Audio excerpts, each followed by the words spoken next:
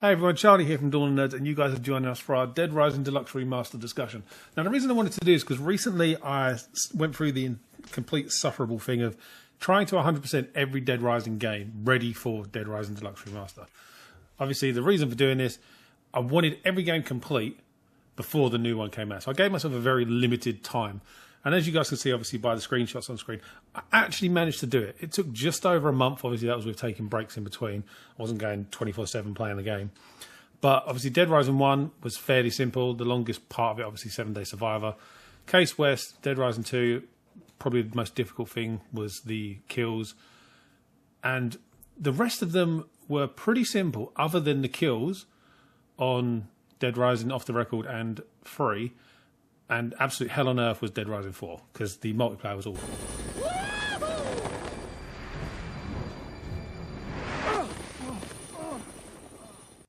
So, that brings us to, obviously, Dead Rising Deluxe Remaster.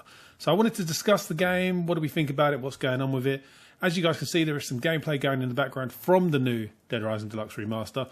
Some of the cutscenes and stuff like that have been released, and obviously people have managed to get their hands on early, via whether it was review copies, etc, etc. So I wanted to show some of that footage in there, just so you guys can see the differences and everything like that. Immediately, one of the big noticeable differences is Frank.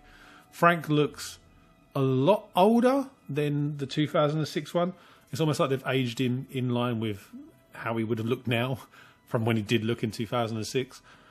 But he still doesn't look bad. I feel like he's meant to be a war reporter. He's been around the block a bit. Hey, this is no time to ogle pretty girls, son. As you can see, the zombies themselves obviously are massively improved. A lot of the models that they had from the 2006 version they've kept. Using the Resident Evil engine, they've just updated the graphics. So what we're seeing is a much more enhanced version of the visuals that we probably, in 2006, thought, oh yeah, they look like that. But now looking back at it, you think, oh, actually, yeah, they really didn't look like that. The Resident Evil engine itself is, and has done, a stunning job of kind of bringing back Dead Rising into the modern era, especially in terms of the characters. Obviously, Brad, Jesse, Otis, they all look much more in line with their actual characters that I imagined in my head. Obviously, with the more details, the facial expressions, a lot of things that you didn't really get with the 2006 version. Now, obviously, nostalgia and everything like that, a lot of us played the 2006 version. Those of you that didn't, I would highly recommend checking it out. It's usually on sale, relatively cheap at the moment. Always comes up here and there. But the fact that they've made these changes, and I can't wait to see how the rest of the actual game plays out. And I'd be interested to hear what you guys think as well, in terms of actually what you like that's improved, and what obviously you feel like maybe they shouldn't have done that, maybe they should have kept this. We're going to jump into some gameplay now. So the gameplay that we've got here is obviously of the very, very first survivors that you find. Is Natalie and Jeff. They're the first people on the roof. And just to kind of show you the PP and stuff like that there that you get for obviously leveling up when you take photographs, that has all stayed the same. A lot of it you level up via that. It seems that in this game in particular, which I'll show you guys a little bit later on, actually makes the game easier to level up. A lot of the people that played the review copies, like the demo that came out, have all said that they were like level 9 or 10 by the time they even reached Carlito. So before they'd even left Paradise Plaza. Which is interesting that they've made it slightly easier. But again, we'll see how that obviously in turn affects the game. Because obviously the 2006 one is very unforgiving. Like, you make a mistake, you start again. But luckily you do carry over all of your stuff. Thankfully, they also added in stairs now, so rather than trying to get the survivors to climb that cement block, that is going to make a huge difference, especially when you've got quite a few of them together. One of the interesting changes is that they actually took out the erotica shots. Most people made a big fuss about this. Personally, I'll be very surprised if anyone actually notices, or if like Capcom had even bothered saying anything, whether people would have even noticed. It would only have been some of the changes that they made to the psychopaths. Obviously, you had Kent's mission where you had to obviously grab a photo of an erotica shot and obviously take it to him to trigger that mission. And some of the other dialogue changes within some of the cutscenes, like Cliff, for example, his particular cutscene has been changed so that, because obviously him being a Vietnam veteran, he refers to Frank as a communist in the original 2006 version. In this one, however, I believe he just calls him a mole or a rat, something along those lines, which is a slight difference, but again, it's not game breaking. It's not going to change like how we perceive the game. It changes Cliff a little bit, but it's not the end of the world. And I think people are making a big fuss about it for no real reason. I know people are saying it's woke and things like that, but that is what it is. It's the modern times. They're trying to get it to be more approachable. It is what it is. I think it's something that we just all need to move on from. So here we see the new profile screen where you guys can obviously see your level, your attack, your speed. Now these blocks are randomly given to you as you level up. So I'd be interested to see which ones you get, and hopefully it's still random and it's not predetermined. Fingers crossed they've kept that the same, because it was nice to not know what you were going to level up. Kinda. I've covered wars, you know. Now, I'm really glad that they kept the Mega Man watch and obviously the ability to check the time and the date, because it's an important aspect of the game. One of the things I'm not so sure of, but I'm torn between it being an absolute brilliant feature or I'll try not to use it, is the ability to fast forward time in specific locations in the game. So when you go to like rest areas and things like that, and save zones, you have the ability now to fast travel time, which means that you won't be waiting around for certain events to take place anymore in cases. And apparently this also carries over into Infinity Mode, which means that Infinity Mode, where you would do 7 Day Survivor, isn't necessarily going to take the 14 hours that it used to take. It might be a lot quicker now because you have the ability to fast forward time until basically all your blocks have run out. Then you eat, fast forward time again. Effectively 7 days is going to become very easy, and we're going to see a lot higher times on the actual like game itself.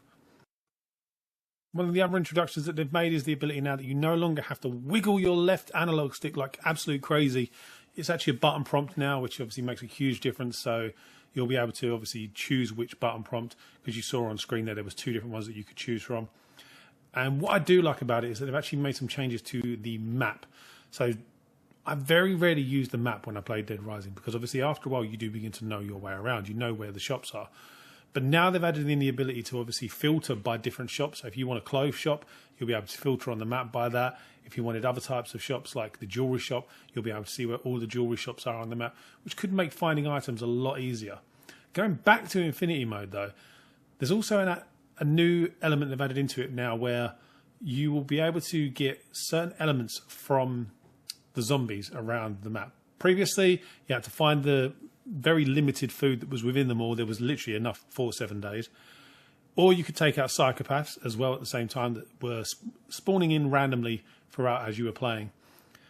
But now that they've added in the ability to get random drops from zombies, I feel like this could really push Infinity Mode into more being one of the modes that's more played rather than just being there for the achievement. So that should be quite nice, and I'm hoping that we'll see some really high rounds from like obviously some speed runners and people like that will try and obviously go for that long distance. So another thing I wanted to discuss and get your opinion on is the graphical differences in the actual Psychopaths. 2006 Carlito in comparison to the 2024 Carlito that was released yesterday. I think it's one of the better screenshots we've had from a Japanese outlet. They released a load of Psychopath screenshots and some of the non-Psychopath characters. Isabella Keys, obviously we've got the old 2006 version and the newer one, a drastic improvement. I feel like she doesn't look as weathered as she does in the 2006 version. Cletus, the gun shop owner, he's probably one of my favourite characters as he doesn't really come across as a psychopath.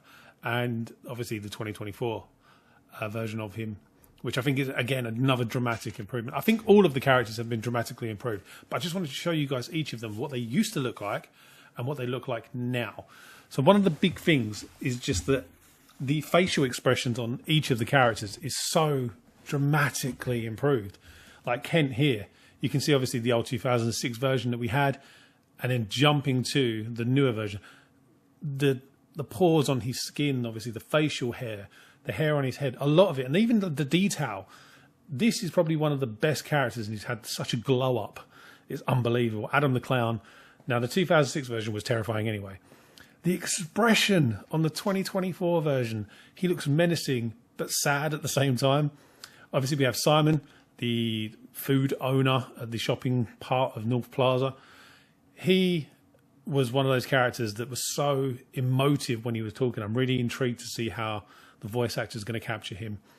Cliff, we've already previously spoke about, but this was the 2006 version. And then obviously we've got the new 2024 version. He looks a lot younger. He doesn't look as much as grizzled as much as being like a Vietnam veteran. The whole family snipers, the three family members that effectively hunt you down at Entrance Plaza later on in the game, they look massively different, but I feel like it's for the better. We have Joe, who's the police officer who takes some hostages. Won't spoil too much, but if you haven't played it, you'll figure that out. I don't feel like she's changed at all in terms of her character. And then we have Sean, who's obviously the leader of the cult that takes over Movie Land. And in the 2006 version, obviously kind of wearing robes. They've changed him so that he's wearing trousers now, but he still looks kind of creepy. I'm wondering if they've made the change in the clothing, because again, Paul, with his big long black coat, he no longer doesn't have that. He kind of has a shorter coat. I'm wondering if it's an issue with the engine, because a lot of the characters that had longer clothing don't have it anymore. But that could be something. We'll find that out. Obviously, we have Larry. Complete change in character for Larry. He's nothing like he used to be. Obviously, he was a Asian descent kind of meat worker, effectively, that worked in the basement of the Willamette Mall. And now he's kind of this white postman looking chap who is bulk as anything. I nearly swore. And it's just crazy to see that he's probably one of the biggest changes that I feel like, again, is one of those ones that everyone has kind of complained about. I will hold judgment until I've played the game myself and seen Larry in action and kind of then go, okay, is it that much of a change? Does it bother me? Am I not fazed by it? Or is it too much of a change where it doesn't actually work with the character? Because obviously we have that whole scene where he's dragging Carlito. And then we have the whole scene in the actual meat room. And lastly, we have Brock, who is the one character that we don't actually have an updated screenshot of yet. But if we do, make sure to obviously leave like a note, and I'll obviously message it on the boards, and we'll go from there. Last thing we're going into is the DLC costumes that they've announced so far for the Deluxe Edition. Now, we've got the Willamette B Mall. We've got the newest one, which is Lan Hikari from the Mega Man pack. Now, I'm going to show each of the characters their little things. I thought I'd just put them all together into one little scene so you guys can see it. And as we're going through, I'll kind of discuss. I don't really understand the Mega Man one because the Mega Man costume is in the game as an unlockable. I know this is a variant of it, but yeah, this one feels a little bit irrelevant to me. It's kind of, I could take it or leave it. It doesn't really bother me. We've got Frank as a sheriff, very Walking Dead-esque. It's kind of got that whole, I've been plucked from a completely different universe and now I'm dressed as a sheriff for some random reason. We've got another Mega Man character coming in here, obviously Trombone, however people want to say it.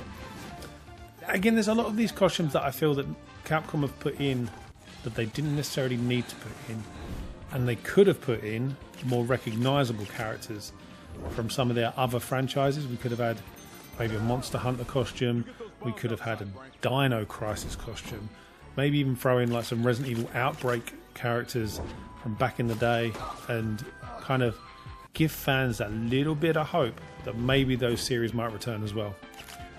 Ken, classic Capcom. Obviously Frank looks amazing with the hair, the bandana, and just the clothing in general. It works quite well for it. Nemesis, I wish it was the OG Nemesis. I did speak about this in a video previously, but I, as much as I like Nemesis as a character, the newer version, I do prefer the Resident Evil 3 OG version. The Lick is probably going to be one of my favourite ones, just for pure comical value because of that tongue. Seeing him in some of the cutscenes chasing after people or talking to people with his tongue dangling around is just going to be absolutely nuts. Creepy Rabbit, and again there's another one coming up a little bit later on, which is the clown one. I feel like these are going to play really well into people that want to go through the game and play a psychopath playthrough. Almost role play as one of the psychopaths and take out survivors themselves if they find them. And make that their own story. I think we all did it back in the day with like the hockey mask and things like that. But it'll be interesting now that we've got proper costumes that could almost represent that a bit better. There's lots of Dead Rising costumes that are actually in Dead Rising Deluxe Remaster. You've got the Leon, you've got the Chris. Chris is from Resident Evil 1, you've got the Leon from Resident Evil 2. And as I was saying about the clown costume, I feel like this is going to be one of those ones that people play as quite often.